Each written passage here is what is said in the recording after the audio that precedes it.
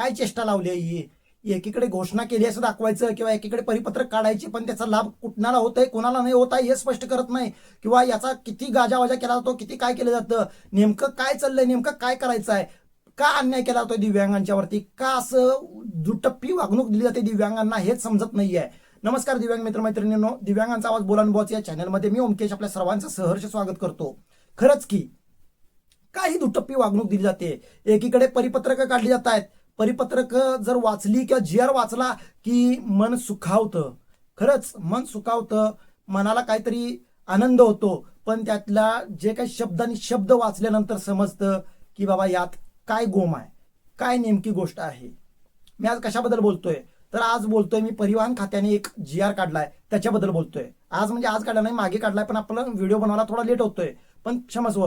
पण काय ही गोष्ट म्हणजे असं काम मीठ चोळण्याचं काम केलं जातंय, आपल्या दिव्यांगांच्या जखमेवरतीच काम मीठ चोळण्याचं काम या सरकारकडून किंवा या संबंधित अधिकाऱ्यांच्याकडून केलं जात आहे, हे माझा प्रश्न आहे सरकारला. कारण पावसाळी अधिवेशन आत्ताच पार पडलं, तर त्या पावसाळी अधिवेशनामध्ये दिव्यांगांना काहीच भेटलं नाही. दिव्यांगांच्या बाबतीत एकही कायदा झाला नाही, दिव्यांगांच्या बाबतीत एकही योजना आली नाही, किंवा दिव्यांगांच्या बाबतीत एकही नवीन योजना यायचं राहू दे, पण निदान जुन्या योजना तरी सुरू करायच्या होत्या.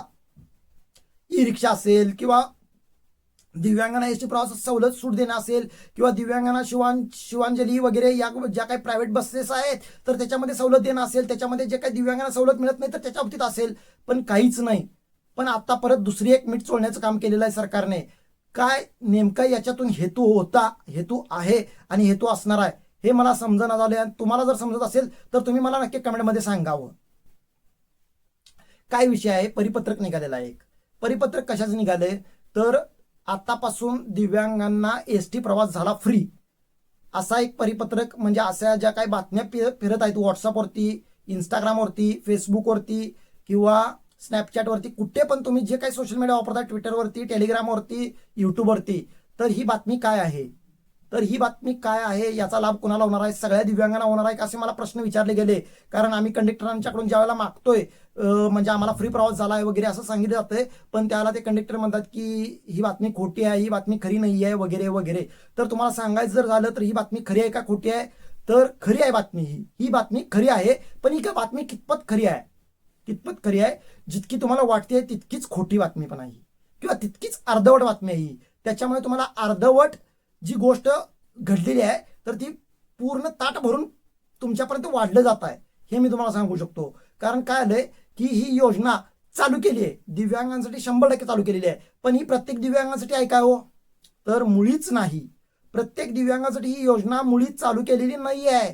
तर ही योजना कोणासाठी चालू केलेली आहे, ज्यांना राज्य स्तरावरती किंवा राष्ट्रीय स्तरावरती पुरस्कार ज्या दिव्यांगांना मिळालेले आहेत, मग ते उल्लेखनीय कामगिरी करण्यासाठी, म्हणजे त्यांनी पुस्तक लिहिलं किंवा त्यांनी सामाजिक काम, दिव्यांगांसाठी सामाजिक कामं केलीत म्हणून त्यांना एखाद्या दिव्यांगांच्या ह्याच्यातलं कोट्यातलं पुरस्कार मिळाला त्यांना, किंवा स्पोर्ट्समध्ये म्हणा, किंवा गायनामध्ये किंवा बाकीच्या गोष्टींमध्ये त्यांनी जे काही उल्लेखनीय कामगिरी केलेली आहे त्याच्यामुळे त्यांना पुरस्कार जे मिळालेले आहेत, तर ते पुरस्कार मिळालेले असल्यामुळे त्यांना एसटी प्रवासामध्ये महाराष्ट्रामध्ये फिरत असताना त्यांना ती सवलत देण्यात आलेली आहे. फ्रीमध्ये ते प्रवास महाराष्ट्रामध्ये कुठेही करू शकतात. ही बातमी आहे ती, किंवा हे परिपत्रक आहे ते, हा जीआर आहे तो परिवहन मंत्रालयाचा किंवा परिवहन खात्याचा, ना की प्रत्येक दिव्यांगाला एसटी प्रवासात बाकीच्या राज्यांप्रमाणे, मध्ये कर्नाटक असेल, गुजरात असेल, राजस्थान असेल, किंवा एमपी, यूपी, बिहार असेल, छत्तीसगड असेल, किंवा काश्मीर असेल, किंवा दिल्ली असेल, या राज्यामध्ये जसं दिव्यांगांना एसटी प्रवासामध्ये सवलत दिली जाते फ्रीमध्ये एसटी प्रवास दिला जातो 40% वरच्या दिव्यांगांना, तसं आपल्या महाराष्ट्रामध्ये नाही आहे. महाराष्ट्रामध्ये आपल्या 25% हे त्याला पैसे द्यावेच लागतात, जे नॉर्मल बसेस आहेत तर त्यामध्ये, आणि जे एसी बसेस असतील किंवा बाकीच्या ज्या काही आहेत बसेस त्यामध्ये 70% चार्जेस हे आपल्याला सवलत मिळते, 30% चार्जेस आपल्याला द्यायला लागतात. म्हणजे नॉर्मल बसेसमध्ये आपल्याला 75% सवलत मिळते आणि बाकीच्या बसेसमध्ये 70% सवलत मिळते.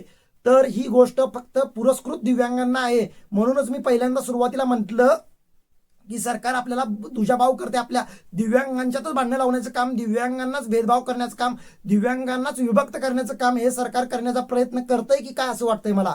कारण या गोष्टी दोघांना जर न्याय वेगळे दिले जात असतील, म्हणजे त्यांनी पुरस्कार त्यांना मिळाला आहे म्हणून त्यांना न्याय वेगळा आणि आम्हाला पुरस्कार मिळाला नाही म्हणून आम्हाला न्याय वेगळा, की प्रत्येकाने ते पुरस्कार मिळालाच पाहिजे. बरं, प्रत्येकाने पुरस्कार मिळवण्यासाठी प्रत्येक दिव्यांग प्रयत्न करत आहेच, पण त्या प्रत्येक दिव्यांगाला तुम्ही पुरस्कार देताय का? मग जर पुरस्कार मिळालेल्या दिव्यांगांना तुम्हाला जर एसटी प्रवास फ्री द्यायचा असेल तर प्रत्येक दिव्यांगाला कोणता ना कोणता पुरस्कार द्या आणि मग एसटी प्रवास फ्री आपोआपच होईल. म्हणजे तुम्हाला कोणत्याही योजनेचा, कोणत्याही नवीन योजनेचा, कोणत्याही नवीन विशिष्ट घटकेचा घोषणा करण्याची गरज लागणार नाही यामध्ये. बरोबर आहे ना मी काय म्हणतोय ते? बऱ्यापैकी तुम्हाला मुद्दा पटला असेल असं मला वाटतंय. कारण काय होतंय की खोट्या बातम्या पसरवायचं हल्ली फॅड झालंय. खोट्या बातम्या पसरवायचं, व्ह्यूवरशिप वाढवायची, आपले सबस्क्रायबर्स वाढवायचे, आपल्याला नको ती व्हॅल्यू मिळवून घ्यायचं, हे गोष्ट होत आहेत. तुम्हाला समजलं पाहिजे की खरं काय आणि खोटं काय आहे ते. अधिवेशनातून काय सरकारनं दिलं नाही, नंतर ही गोष्ट दिली असं शक्य आहे का सांगा तुम्ही मला? आपल्याला सहज सोपा विचार केला तरी सुद्धा समजेल त्या गोष्टी आहेत, पण आपल्याला समजून घ्यायचं नाही. आपल्याला कोणावरती विश्वास ठेवायचा आहे, कोणावरती विश्वास ठेवायचा नाहीये, हेच आता आपल्याला कळलं पाहिजे खरं तर. आणि ते कळलं अशा अपेक्षित होतो आणि थांबतो. जय महाराष्ट्र, जय दिव्यांग.